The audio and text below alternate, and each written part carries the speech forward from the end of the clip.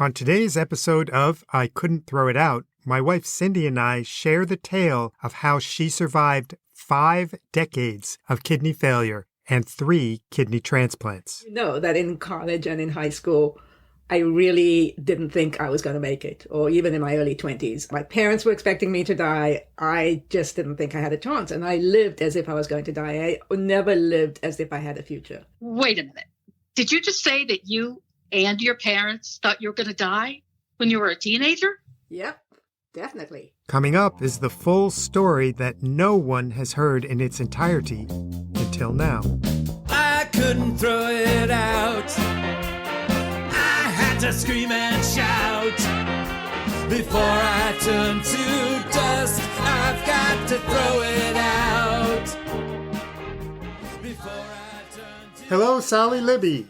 Hello, Michael Small. Well, this week you're in luck. For this episode of I Couldn't Throw It Out, I reached into one of my boxes and pulled out one thin folder. It contains just 14 cards and notes. Excellent.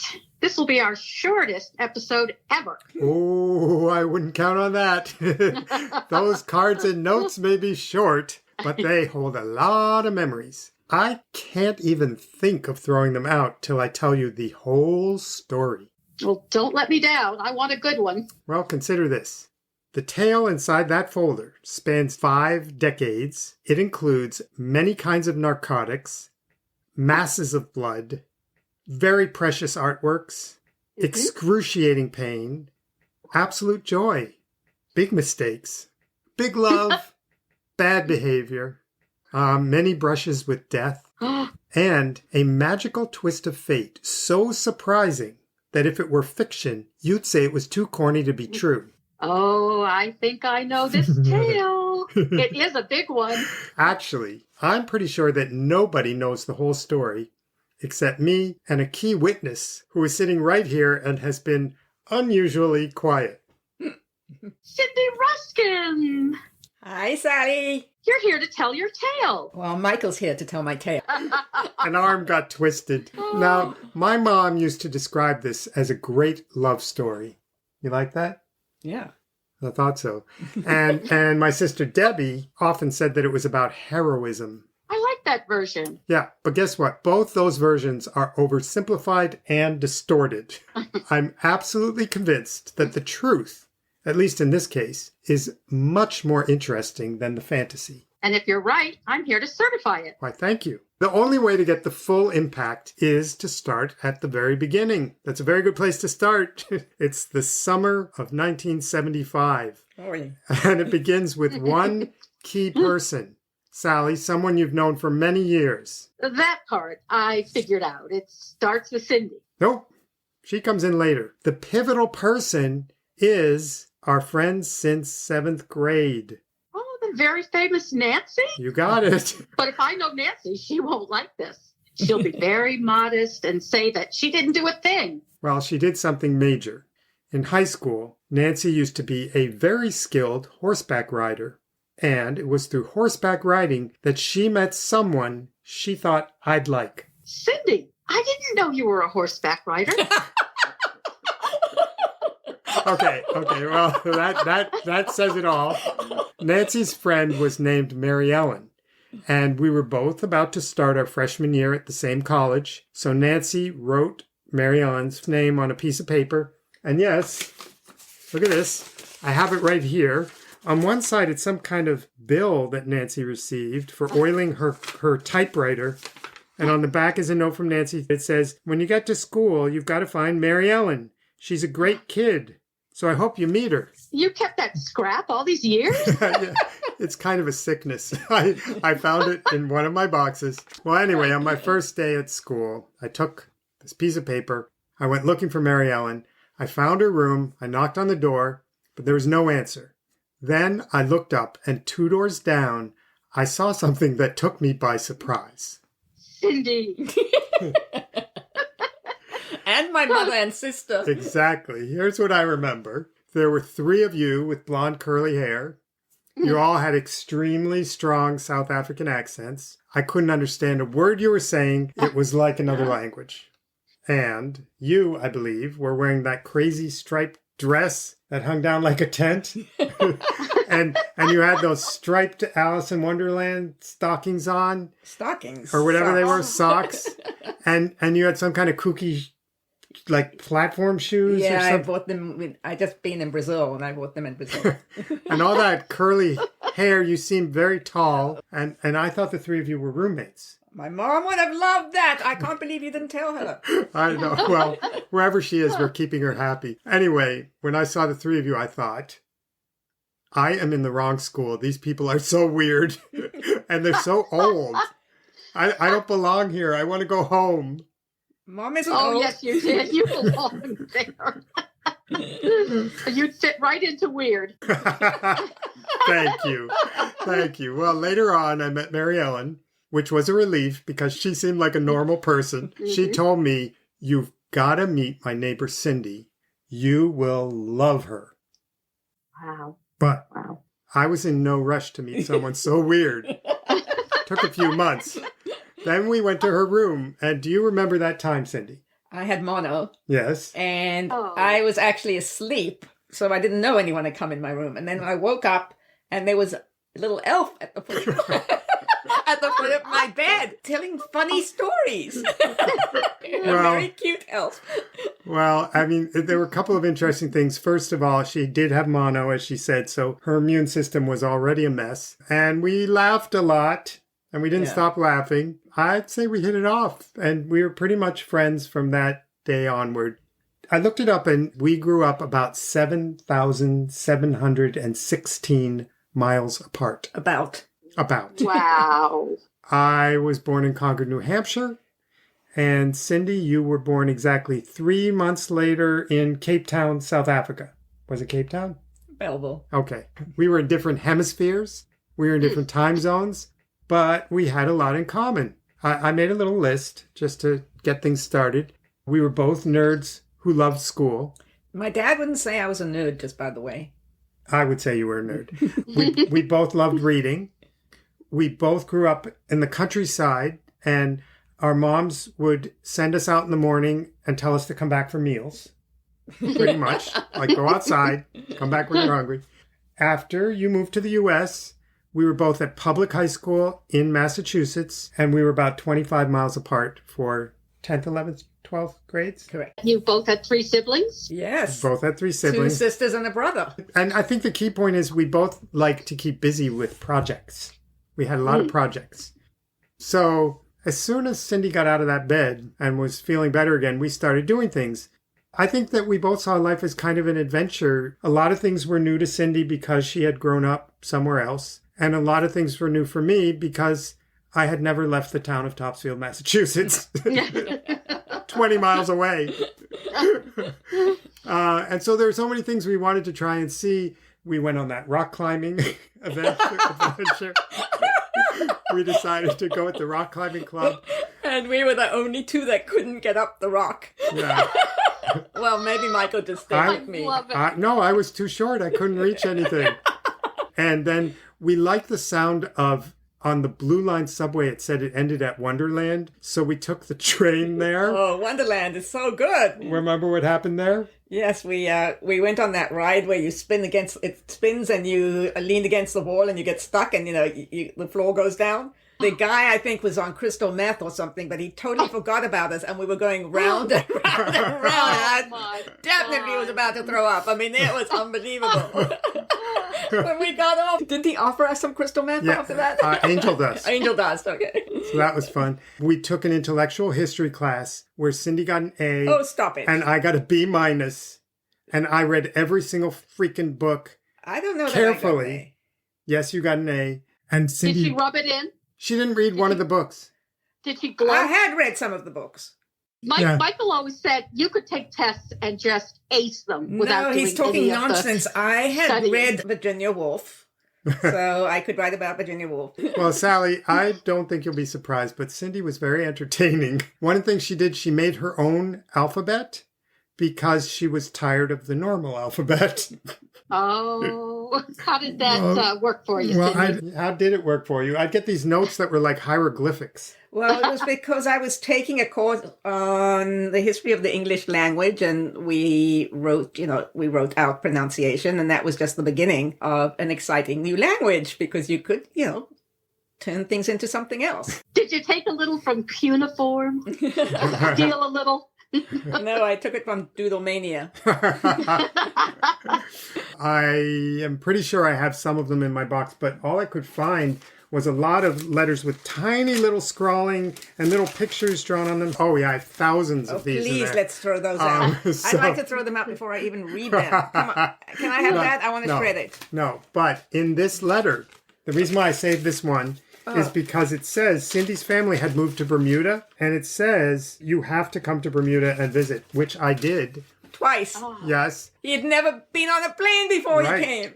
I'd never been on a plane. Cindy was in kind of a reckless phase then. There were coral walls along the water. You would go down and you would run across a little bit of beach, and then you'd jump up with your rock climbing skills and climb up the other side. And when I went to follow her, I was too short to grab where she climbed up. And the wave came in and smashed me against the coral. Oh, I'm sorry. No, I really am sorry. This does not justify that at all. But you know that in college and in high school, I really didn't think I was going to make it, or even in my early 20s. My parents were expecting me to die. I just didn't think I had a chance. And I lived as if I was going to die. I never lived as if I had a future. And I took crazy, crazy risks. And I'm really sorry that I dragged you along on some of them. Wait a minute. Cindy, did you just say that you and your parents thought you were going to die when you were a teenager? Yep, definitely. Oh. I think that brings us to a key detail in this story. There were some big differences between Cindy and me, particularly when it comes to health. I had some serious illnesses. I had some hay fever, a very severe poison ivy allergy, very sensitive digestive system, and to top it off, I had an overlapped toe. But Cindy had only minor problems, like she had tuberculosis when she was a baby. Oh, my God. Mm-hmm. Then she had severe lupus, which led to extreme sun sensitivity, kidney failure, and prescriptions for huge doses of steroids. Massive in those days. Yeah. Massive. And Cindy didn't get diagnosed with lupus till she was 15, after she got to the U.S. But I noticed a pattern when she told me about her early years. Cindy, can you tell us about your birthdays when you were a little girl? I mean, when I had giggleitis? Yeah, That wasn't necessarily birthdays. That was when people came over. Friends would come over, but I would often be in bed because I was running a small fever. And we would all just crack up laughing. So her point is she was always laughing, but she has a lot of memories of being in bed because she wasn't well. Well, it was not really that I didn't feel not well. It was just very short times in bed. Anyway, your parents wanted to leave South Africa because they hated the apartheid government. And that was in 1972? Correct. You weren't diagnosed with anything at that time, were you? Well, we knew there was some kidney issue. Which became switched later on, especially after her parents came to the U.S. to look for a place to live, and they left Cindy at a camp in Switzerland. We were basically climbing mountains, and the last mountain we had to climb was Mont Blanc. And should I tell this? Are you kidding me? Yeah, but listen. So I was probably the youngest person there. At a certain point near the end, I was really feeling terrible. And I just, I assumed it was altitude. And also, I didn't know that the sun was an issue for me. Anyway, I was pushing, and we was very close to the top, and I couldn't do it. I just couldn't do it. So they took me off the ropes and left me, and the rest of them went up to the top. And I just lay in the snow, in the sun. When they came back and picked me up at the time we got down the mountain, I was very sick and had to be hospitalized. She's a 15-year-old English-speaking person alone in a place where they speak French. Right. And basically, being on the sun in the white snow, even though it was summer, is like poison for someone with lupus. It aggravated my lupus, but I, of course, didn't know I had lupus. Yeah. And I want you to know that Cindy underplays it as she always does. They had to carry her down. She was really in bad shape. So, Sally, I would like you to keep a tally, if you would. If you get a pen and a piece of paper. Right. And just keep a tally of near-death experiences for Cindy. Because the list is going to get pretty high. Being carried down Mont Blanc, because no one knows you have lupus and you've been in the sun on the white snow. Let's count that as number one. So, yeah, but that's nothing. That's nothing compared to an overlapped toe. Okay, well. You know how much that hurt in your toe? So when we were in college, Cindy was always pushing herself because then it was known that she had lupus and she was on big doses of steroids. And anytime anyone heard an ambulance near campus, it was like, oh, what did Cindy do this time? She was designing the set for the Pinafore, I believe, Gilbert and Sullivan, and you passed out on the set, right? I totally forgot. Yeah, you were the very model of a modern Oh, stop it. major lupus patient. So you didn't get to graduate with us because you were too sick to take all your classes, right? Eventually, they put me on work and pay, which is where I could take as many classes as I could handle so that I could start dialysis. So I was now at end-stage renal failure. Yeah. And back in those days, they really waited till you got to end phase. So when we were graduating from college, you were going on dialysis. I was already on dialysis. You know, and you were on dialysis for a year then? Yeah. Okay, so Sally, do you understand what dialysis is? Do you know? Well, kind of. But I don't know what they're putting in you. Let me see if I can sum it up and Cindy will correct me. First of all, it's a wonderful thing because it keeps people alive until they can get a transplant. Or until they die, which back in those days, transplants. Yeah. The dialysis units were limited, never mind transplants. You would not be here today without a dialysis. Of course not. Yeah. No. Okay. For some people later on, when it became more normal, dialysis was doable. For Cindy, it was often very difficult. So what happens, Sally, is you don't pee. Your kidneys don't work, so you don't pee. Well, at first year I peed. Not a lot, but I peed some. But I mean, you're not peeing out your toxins. That's why you go to dialysis. That's true. Yes. So where do the toxins go? They stay in you. So that's why you get sick, because you're not excreting them. So they're in your bloodstream. So you have to get them out of your blood, and they do it through this machine, which uses osmosis and pulls the toxins out of your blood. But you go every other day, which means that the toxins build up, and then you get completely cleaned out. And they also squeeze the extra fluid out because you haven't, got rid of all the fluid. You haven't. And how long does each time last? It would be 4 hours, but you'd have to get on the machine, which takes a while, and then you'd have to get off the machine. I often felt kind of woozy after I got off, so that would take a little while before I got home. And just so it's totally clear, they take all the blood out of your body, run it through filters, and put the blood back in your body. It goes out of your body, and your same blood goes through this machine and comes back in your body, and it goes round and round and round and round. Yeah. You're not getting extra blood. You use your same old blood, just getting cleaned. I would say you were in pretty bad shape when you got your first transplant. Yes. Yes. And kidney transplants were new back then. Okay, so how old were you then? I think I was either 21 or 22. I think Sally can add this to her near-death experience thing. That's number 2, Sally. The thing with transplants then is that the most and that is always true, the most successful transplants are living related donors, meaning you're related to your donor and it's someone who's alive. And none of my family matched, not my parents, not my siblings, nobody matched me. So I had to get a cadaver donor. Back in those days, 79, 80s, when I went on dialysis, the odds of success were, I think it was under 50%. So I was going into a high-risk transplant, meaning that I didn't, there was no guaranteed success. You go through the surgery and it doesn't mean you're necessarily going to keep it. Now, of course, I love to block out of my mind anything that seems serious like this, so I definitely didn't take it seriously enough. And I came up to visit Cindy. Oh, you came after the transplant, yeah. Yes, I came after the transplant. So she then got toxic shock. Remember what that was, Sally? Well, I remember it had to do with, was it tampons? Yeah.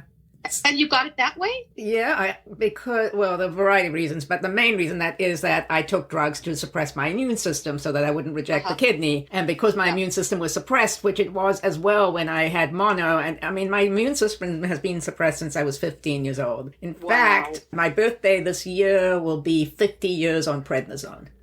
Oh, wow. And, the amount of prednisone has got less and less and less as medical science has improved. I've heard that prednisone is kind of a difficult drug because it has a lot of side effects. Sure does. Yeah, but we didn't know about them. The doctors never said that it affected mood, and we learned about that decades later. But anyway, you can count the toxic shock. That was another near death. Oh, that was horrific. Yeah, add that to your list. So, we went. There's a whole long ER story, which I'm not going to go into. Okay. The point is, the woman was 22 and she'd had 3 near-death experiences already. And believe me, there are many more to come. So don't lose your pen for marking more of them. I, again, went back to my life. I didn't give her much comfort, which should have been a sign to stay away from me. But somehow No, you actually were lovely. You were very sweet. Well, were you getting into your first job, Michael? Yes. Anyway, sometime after that, Cindy ended up moving to San Francisco because your parents were there. Yes. And for me, this meant more plane rides and more adventures. I visited Cindy several times. She was living on Sacramento Street. Even the street names were so cool. Divisadero. We loved saying Divisadero. I'll meet you on Divisadero. And it was also new and we had more adventures and we had extremely ambitious plans when I would visit. I have the evidence, some of it right here. More from the boxes. It's like an artwork and it's a map at the same time. It's got silver glitter on it. It's kind of a strange map of San Francisco and shows all the things we did. There's a picture of a punk club that we thought was so avant-garde because they were projecting music videos on the walls. That was new in 82. We went wine tasting at Rutherford Vineyards. I don't know how I was able to drive after that. That's not a good idea. We went to a cabaret show here that I never would have remembered. It's called Femprov. Oh, yeah. There's no way I would have remembered that. We ate double rainbow ice cream, which we thought was a big deal at the time. It's all on this map. We drove down the crookedest street in the world. We were busy. Okay. I'm going to put a picture on our website, throwitoutpodcast.com. This was also a time when Cindy got very interested in music and got me up to speed too. So I also have here another artifact, Cindy. It's one of the mixtapes she made me. She taped it off her favorite station, KUSF, and it's all this tiny scrawled writing, and it has the Violent Femmes, The Cure, the Ramones. Those are some of the artifacts that came out of my boxes. And then on one San Francisco visit, it's when her parents were away, and they left us in their place with a bottle of wine, and they had a hot tub whirlpool in their bathroom. Let's just say that was a turning point. So we had lots of great memories, but I'm afraid this is also the beginning of what I'm going to call the time of turmoil. Cindy had some problems, and I became one of them. That's one of the biggest. I would assume the biggest one. Definitely one of the biggest. Yes, for a decade or so, I was a very confused person.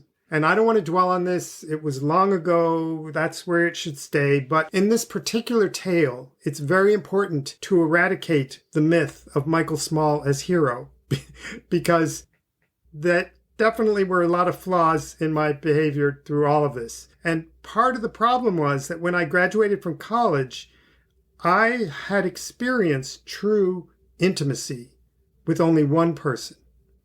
And his name was Michael Small. And this was not a good thing. It puts an adult at a disadvantage. When it came to reading Proust in French, which I tried to do even back then, or earning a living, or keeping a budget, or feeding myself, or cleaning up, setting up an apartment, visiting my parents, chatting over dinner at the Limelight nightclub with Kevin Bacon and Kira Sedgwick. Side note, to anyone listening, you are now 2 degrees from Kevin Bacon. With all those things, I was extremely adult.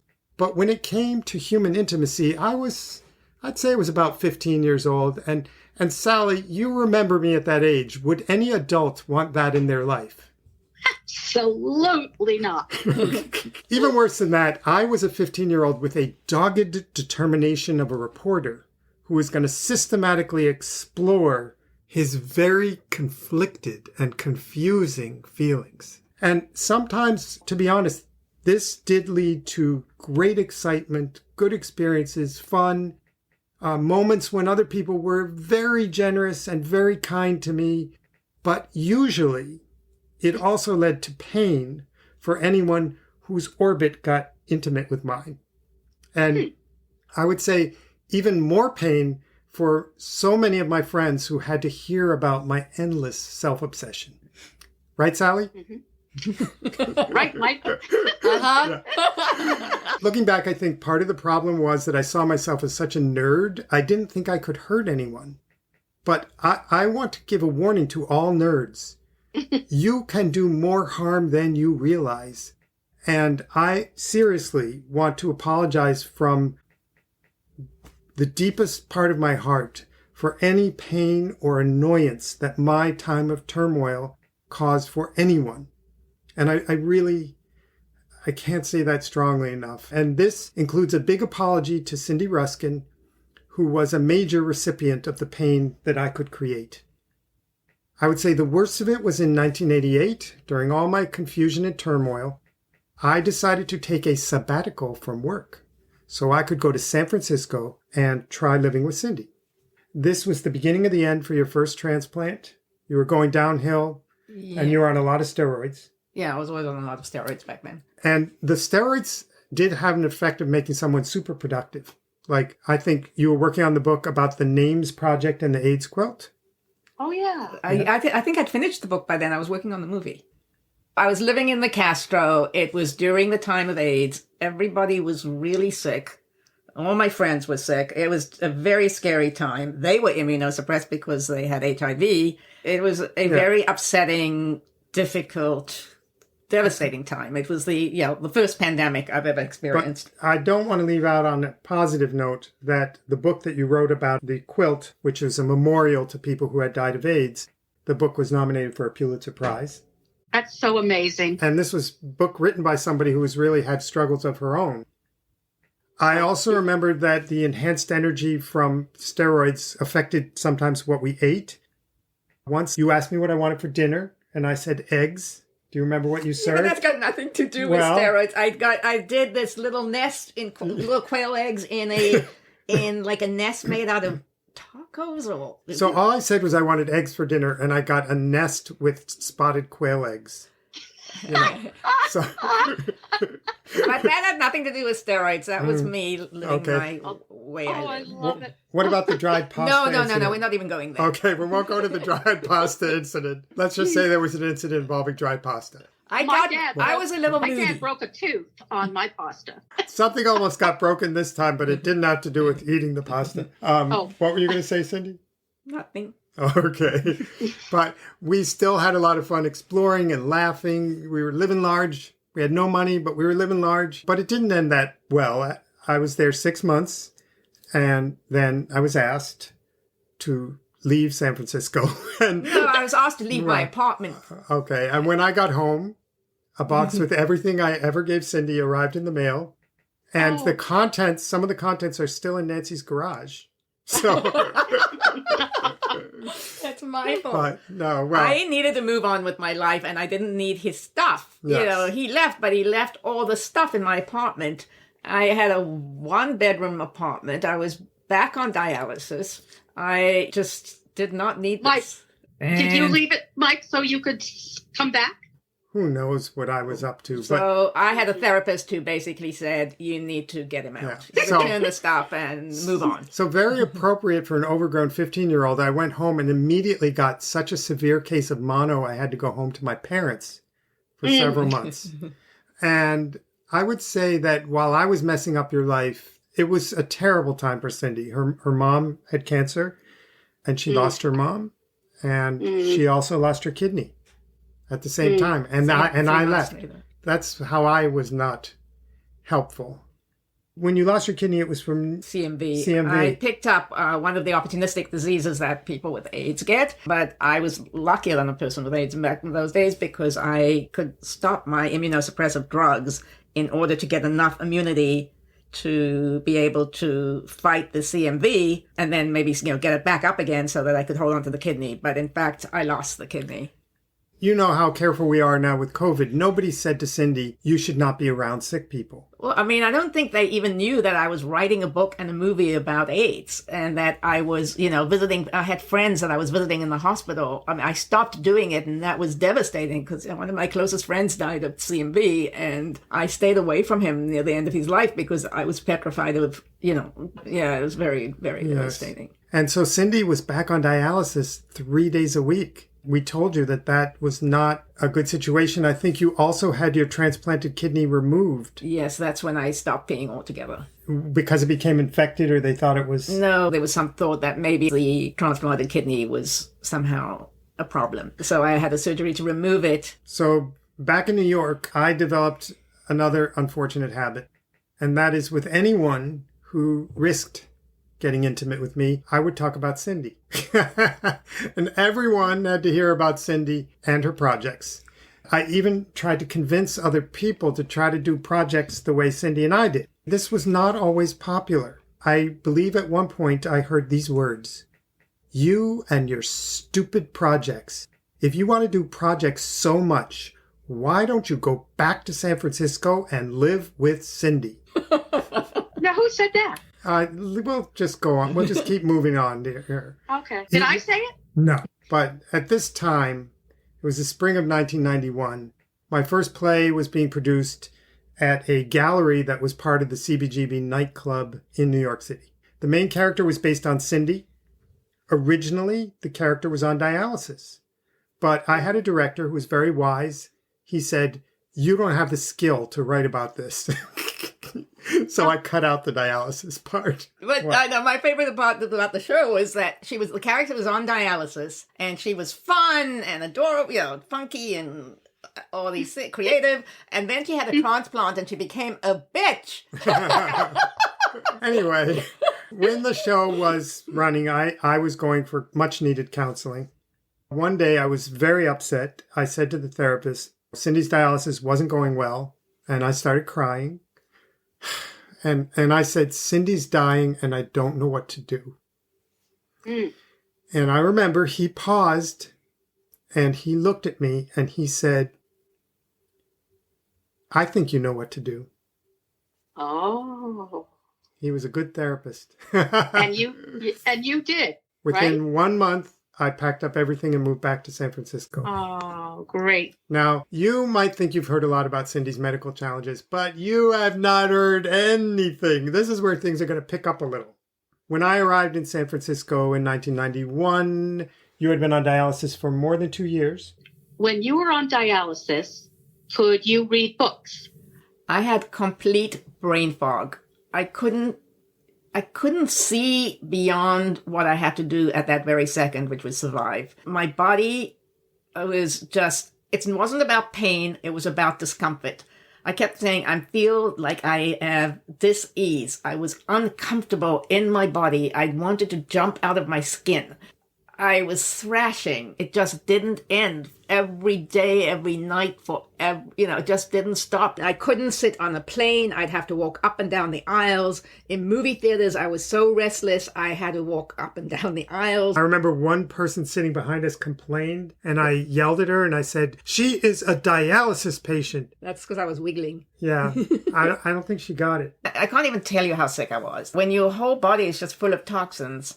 And calcium deposits under her skin. Yeah. That made her itch, so she'd scratch until her skin bled. Oh, that's so horrible. Yeah, she was covered. You just felt like, oh my God, I hated my body so much. It was a source of so much craziness. Your legs would cramp if they took out so much fluid. And so I'd start kicking the wall. Then I couldn't sleep. And that went on for years. Yeah. I was just so tired. And they put me on Halcyon, which was this drug that later was used as a defense for a murder. That was the one time when I was near death. Yeah. I really was only half functioning the whole time. It was hell. And the longer it went on, the more hell it was. During that time, your fistula stopped working. What's a fistula do? It's the port. Basically, you put this needle into your arm in order to get the blood out, and then another needle to put it back in again. But the blood flow is too strong for a vein. So they join a vein and an artery together so that you have a stronger vessel closer to the surface so that you can put the needle in there. I went through multiple fistula surgeries. I ultimately had to have a second one because they got clotted. Things went wrong with them often. I think the main thing about dialysis that people don't understand is you never get a break. There is no such a thing as vacation. It is always there. It's either today or it's tomorrow. Doesn't matter if you are so sick, you still have to go. I was in a car accident. I still had to go. What happens if you miss a day? Well, you can get away with a day, but basically you're going to get toxic. You're going to die. Now, in my case, since I had 0 kidney function, I didn't have much time if I would miss a day. If you had to estimate, how many times do you think you had your fistula operated on? I don't know, maybe 5. And those are, 6. this is But no, not, but I had a second one. Yeah. I had a second one. And then, yeah. this is not, Sally, this is not easy. This is a big deal to have a fistula put in, operated. And then if it's not working, you still have to go to dialysis. So they have to dialyze you through the groin. They actually go into an artery in your groin, and that is not fun. I have to ask, are you put out with anesthesia, or is it a local anesthesia, or what is it? You have a local block, so because it's on the lower half of your arm. The first time I had one, I was in college, I guess. You know, they have to cut an artery. I couldn't see the doctors at all while they were operating, and the nurse would come check in on me, and I was facing away from the surgery, so I didn't actually see them. Then when they left, they said goodbye to me, and they were covered in blood, because my artery must have squirted all over them. I was just like, oh my God, because I felt fine. It was outpatient surgery. I came wheeled out, and people were all sitting in line waiting for their outpatient surgery, and they were like, oh my God, she's alive. I saw these two butchers walking out. Well, okay, so going on from that, there was also the fact that Cindy was on a very strict diet because the toxins don't come out of your system. We were eating a lot of blueberries and iceberg lettuce. Well, that's because they were the lowest in potassium. I mean, really, no fruit and vegetables are good for you. But I was craving fruit and vegetables. I really wanted tomatoes more than anything and avocados, Right. but they were all high in potassium. And that was my biggest issue. Potassium if your potassium is too high or too low, it can stop your heart because it affects your muscles. If it's too low, you just eat a banana or something. If it's too high, you have to get it out of your body. And dialysis is the way you get it out of your body. Now, So- can you want to talk about the tomato incident? When I came home and you were eating a tomato? No, I don't remember it. Oh, yeah. But I I'm came sure I home was one crying. day. She was eating tomato and crying because she wanted the tomato so much she just didn't even care anymore. She was just going to Wow. eat that tomato. And she was sobbing while she ate the tomato. That was the closest she ever came to self-destructive behavior. These were pretty rough times. We were both emotional. One day, we were driving to Stinson Beach, which is north of San Francisco. We were on this winding, very skinny road above a steep cliff. You've God. seen it. It's very dramatic. It's in movies and commercials. We're on the way. Cindy and I have a huge argument about a movie. And Cindy got so upset that she opened the door while I was driving and acted like she was going to jump out over that huge cliff, Oh, I was going to crashing, step out. crashing to the ocean below. And Cindy. I was so shaken up.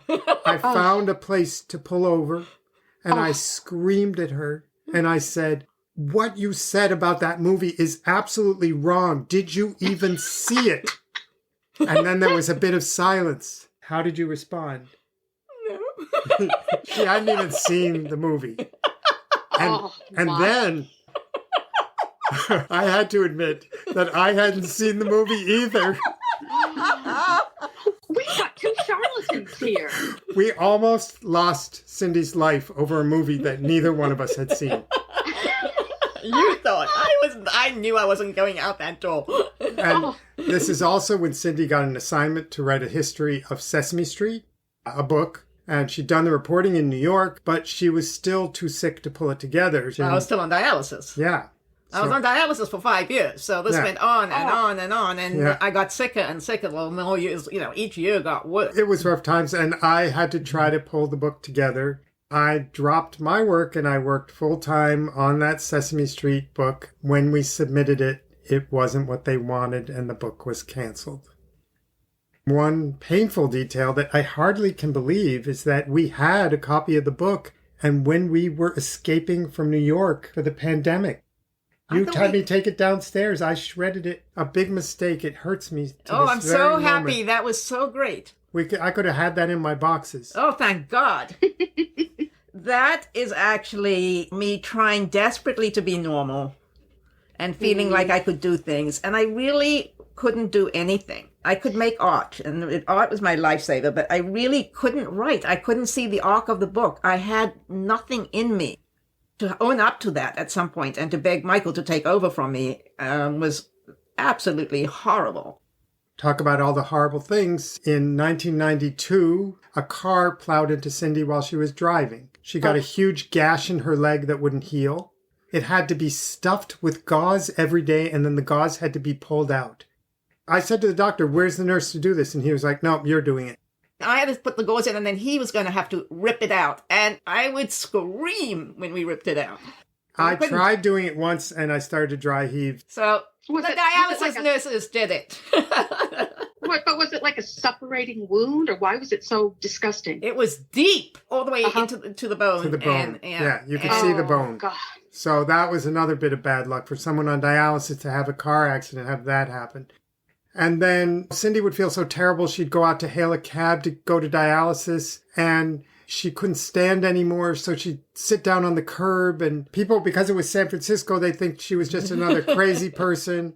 They'd steal her cab. Yeah. You should have put a cup out there and see how much you got. No, I mean, it was like I didn't know what to do, and no one helped me. I had to sit on the curb and try and get a cab because I couldn't. I needed someone to pick me up, to put me in the cab, and no cab driver is going to pull over this person sitting on the I can't believe all these things that happened to you. Oh, yeah, we got a lot more. I was messed up, I know, in some ways back then, but I was not going to sit by and let this happen to Cindy. I was determined to approach her illness like a very challenging reporting assignment. I just had to dig deeper to work things out. So I would write everything on my reporter's pad, and I would insist on joining Cindy at meetings with her doctor. And I'd go in with my 17 questions written out. Cindy, did your doctor enjoy this? He would. I told Michael, hide your questions, because my dialysis doctor at the time would look over your shoulder and he would jump to like number 19 and he would ignore the others. For me, who was trying to get everything resolved, there was always unfinished business when we left that office. It was really challenging. And Michael is the most tenacious person you could ever meet. Well, it didn't work well for us then, but now we're going to get to the worst and scariest situation. We're going to get to some more near death, which is that she had a rare condition that no one understood. And out of the blue, her potassium levels would go sky high. And when your potassium goes sky high, it stops your muscles, and your heart is a muscle. Okay? Oh, God. The first time it ever happened was before I understood any of this. And I was with a friend on the bus, and I'm like, woo, my legs are like Gumby. I thought it was so funny. I had these like spaghetti legs that just kind of collapsed underneath me. But ultimately, right after dialysis, it happened. And so that doesn't make any sense because you've just had dialysis. So you should be clean. But within half an hour, my lips would start feeling numb. I started to know what the symptoms were. I would say, oh, my potassium's up. But of course, you can't go into an ER and ever tell anyone that you know what's going on with your blood levels because they don't believe you. Ultimately, the dialysis team knew that I knew. So there was one New Year's Eve that we went to the ER 3 times, right? 3 times on New Year's Eve. Well, I had dialysis. By the time I got home, I felt the symptoms. They said, come back. My potassium was high. They re-dialyzed me on a 0 potassium bath, got home, and I could feel it again. Got there, retested my blood, potassium was high, had to do dialysis again. I mean, it was crazy, and no one knew why. What year are we talking about right now? This was about 92, 93. At this time, I decided we should go to couples therapy because I felt my needs weren't being met. You were already in therapy. Yes, I know, but it seemed like everything was about Cindy's health, and it was a challenge. Like I couldn't really speak up because everything was an emergency every day. We had no time for anything except Cindy's health. So we get to the therapy, and I go through my whole story. I handle everything, the food, the cleaning, the money. I have my needs. My needs need to be met. And Cindy's listening, and she's not saying a word, which was not that usual. She was so quiet, and so I thought, well, then I should keep going. So I said more things. I went on and on. Cindy still is quiet. She's just saying nothing. Finally, I used up everything I could possibly complain about. Then I turned to Cindy, and we said, Cindy, do you have anything to say? And Cindy said, I think my potassium is going. My potassium is high. I wanted to tell him all along, but he wouldn't breathe to give me a break to be able to. I didn't want to interrupt him in the middle of the whole thing, but I'm starting to slide off the chair. Yeah, because her muscles. I'm slumping on the. I was like, hurry up, Michael. I don't want to be the one to interrupt. And I was so upset that my health was going to intrude again on his moment. A movie scene, if there ever was. So her muscles are stopping. So our wonderful therapist, Virginia, and I carry Cindy to the car because Cindy cannot move. Then, like in the movies, again, I'm racing to the hospital, and I'm not a great driver, going through red lights, honking my horn. We get there, we're screeching in, we jump out. I think I took the keys to the car, but I left the door open. I run, I grab a wheelchair. I trying to get her into the wheelchair on my own because she's bigger than I am. And I get her in, I'm running, pushing her with the wheelchair through the hospital, running, screaming for help, help, come on. And when we get to the dialysis unit, it's like one of those doctor shows. They push me away. They pull the curtains around Cindy. I can hear them pounding her chest with that heart thing. Yeah. And they're talking to each other. And I'm like just standing out there outside the curtains. Like, what do I do? Pay no attention to that man behind the curtain. Yeah, that's what happened. Well, you can add to the near death for that one. Okay. I think the moral is if you live with a really sick person, please don't complain. Anyway, Cindy survived on dialysis for 5 years. And eventually we got a call from the hospital where Cindy was on the waiting list for a kidney. I think it was December 93. I had an aromatherapy business and I was busy making bottles for people because I had a lot of Christmas orders. I handmade the labels. I had a lot of work to do. Then they called and said, we might have a kidney for you. Then, like, the entire day goes by. It's like 8 o'clock or 9 o'clock at night. I called the unit and there's no reply. Everyone's gone home. And I'm like, they had a kidney for me. What's going on? So I guess I didn't have one. But then Michael's like, come to bed. And but also, we need to say, this is not the first time we got a call. Oh, yeah. And nothing ever happened. The big thing is I had a beeper so that they could beep me, and people would dial the wrong number and it would beep. And so that beeper gave me many like heart attacks because I thought I was getting a kidney and then it was a false alarm. But this was a phone call from someone that said, yeah, we got a kidney for you. So I said, Cindy, just go to bed. Forget it. And I was like, no, I'm getting it. I packed a little bag, and he's like, he just looked at me like I was an idiot. And eventually I got into bed. I hardly put my head on the pillow. And then the phone rang, and I went, aha. And then we get to the hospital at whatever, like 1 a.m. or something. Wasn't that Christmas Eve? Because I think you called me on Christmas Eve and said Cindy had a new kidney. 25th? I mean, it was somewhere right around there, yeah. So we get there, and Cindy's fistula had died again. They dialyze you before the transplant, and dialysis stopped because my fistula collapsed before we had finished the dialysis session. So if I needed it again after the transplant, I had no fistula. Okay. Not a great situation, but Cindy got a new kidney. I feel like the fistula failing, you already had 2 fistulas. You were in a very dangerous situation. Yeah, we'd have to reconstruct something. If my kidney had not started immediately, I would have had to do the dialysis through the groin again. It was scheduled for fistula surgery, and I ultimately had a transplant instead. Yay! So is this number 5 for a near death or not? I would say yes, but Cindy seems to say no. No. Okay, we're not near death, but Cindy comes out of the surgery with a new kidney, and there's an instant surprise, which is that restricted diet is gone. Cindy can have whatever she wants instantly. No. I mean, it was amazing. The first transplant, afterwards, I was still on a dialysis diet for a while. This time, in the operating room, they said, what do you want to drink? And I said, I can only have a limited amount of water for the last 5 years, and that's it. I never drank anything else. I had to limit my fluids. So I said, I don't know, like, what can I have? They said, anything. And I'm like, anything? Like orange juice? And they said, yes, you can have orange juice. Orange juice is packed with potassium. I was like, no. And they said, welcome to transplantation of the 90s, Cindy.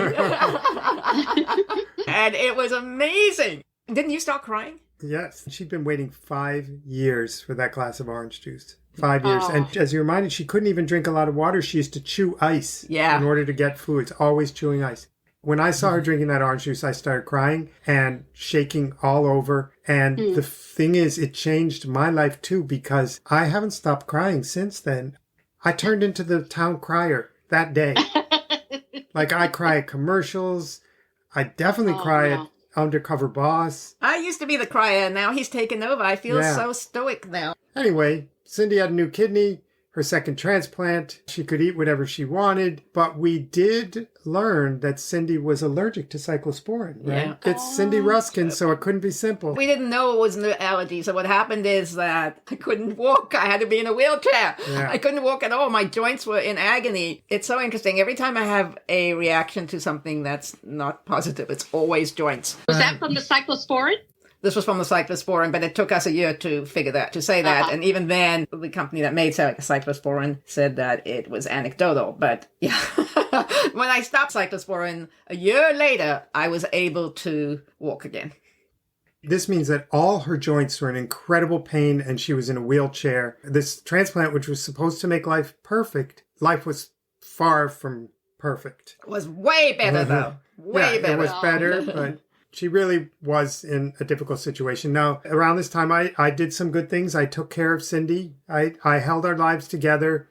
But again, I was not Mr. Perfect, and my shenanigans continued. I was obsessing about who I was and what I wanted. So we went back to our brilliant and very patient therapist, Virginia. She's the one who carried Cindy to the car. And this time, Cindy was in pain and in a wheelchair, and she wasn't really in the mood to talk. And I wanted to talk, so I talked, and then Virginia paused, and she said something, and here's what she said. She said, in light of everything that Cindy is going through, your behavior is unacceptable. If you don't decide what you want, Cindy's going to cut off from you, and you will lose her forever. This is it. Either commit right now, or let her move on. Whoa. And I was like, I can't even tell you. I was like, what is she saying? It's impossible to tell you how unready I was to hear that. I didn't have a clue. I didn't expect anything like that. I couldn't believe it. This is going to sound like an exaggeration, but at that moment, the entire room started spinning. I literally saw it spin, like in a cartoon. And then Michael said, I thought she was on my side. That's what I said later. At that moment, I mean, everything was blurry. I heard a rush in my ears. And then the wildest thing happened. What? I had clarity. I knew. Wow. I swear to you, I knew. Mm-hmm. I totally knew. No doubt. No doubt at all. None. Gone. That Cindy was worth everything, every affliction, and you were going to stick with her. No, I mean, this is pushing it in the wrong way, because basically Michael had major issues of his own that had nothing to do with my health. These issues weren't about taking care of me. I mean, that was a small part of what was going on. I would say that I was sort of leading two lives. There was the helpful me, and there was the other me, who was behaving in a very immature and out of control way. It definitely was not fair to Cindy. You said you found clarity. I found clarity at that moment. And when we went home, Cindy was not with me yet. She was still angry with me, and for good reason. And it's hard to be helping someone in and out of a wheelchair when they're really angry with you. But I didn't care because there was no doubt left. I knew what was going to happen. Several months later, our friends had given us a house to live in when they went overseas. And we were in the garden behind their house. And Cindy, I think I had sort of a half-hearted proposal of marriage. He says that he didn't want me to have a proposal story, but I am sorry, Sally, there is a proposal story. First it was, I don't think I'm ready to get married. I've heard this like 5,000 times. I didn't care anymore. You know, the relationship was actually going well at this point. I didn't care about being married or not married. So it's like, here he goes again. But he said, but I think I might be in the spring. And it was fall already. I was like, what? And then that's the last I heard of it until I heard him on the phone to you, inviting you to our wedding. I called my sister and said, Karen, I think I'm getting married. Michael just is on the phone right now inviting Sally to our wedding. When she heard the proposal or whatever, she might have remembered that her mom... Oh, well, when my mom was... This is sad. I'm sorry.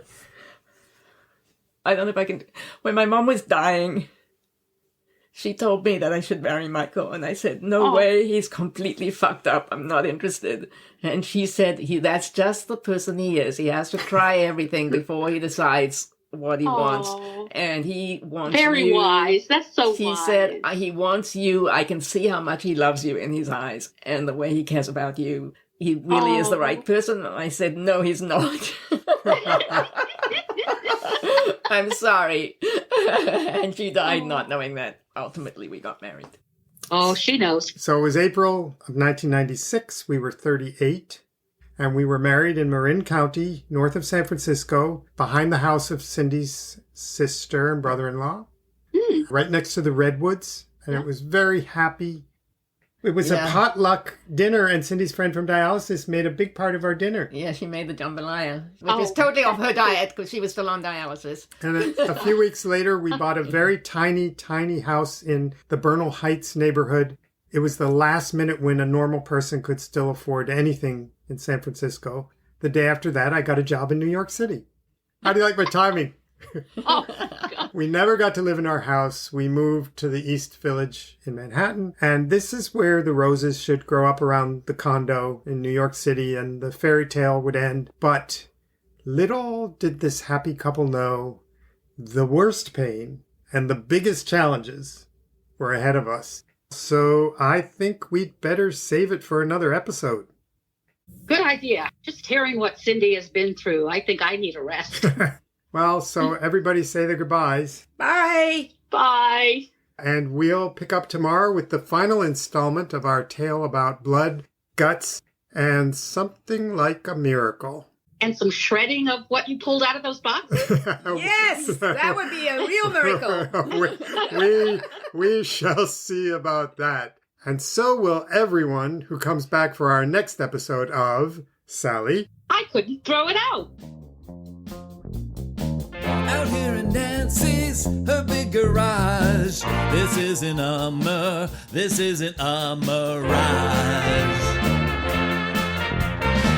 Decades of stories, memories stacked. There is a redolence of some irrelevant facts. Oh, I couldn't throw it out. I had to scream and shout. It all seems so unjust, but still I know I must. Before I turn to dust, I've got to throw it out. Before I turn to dust, I've got to throw it out. But I couldn't throw it out. I couldn't throw it out. I'll sort through my possessions in these paper sessions. I guess this is what it's about. The poems, cards, and papers, the moldy, musty vapors. I've just gotta sort it out.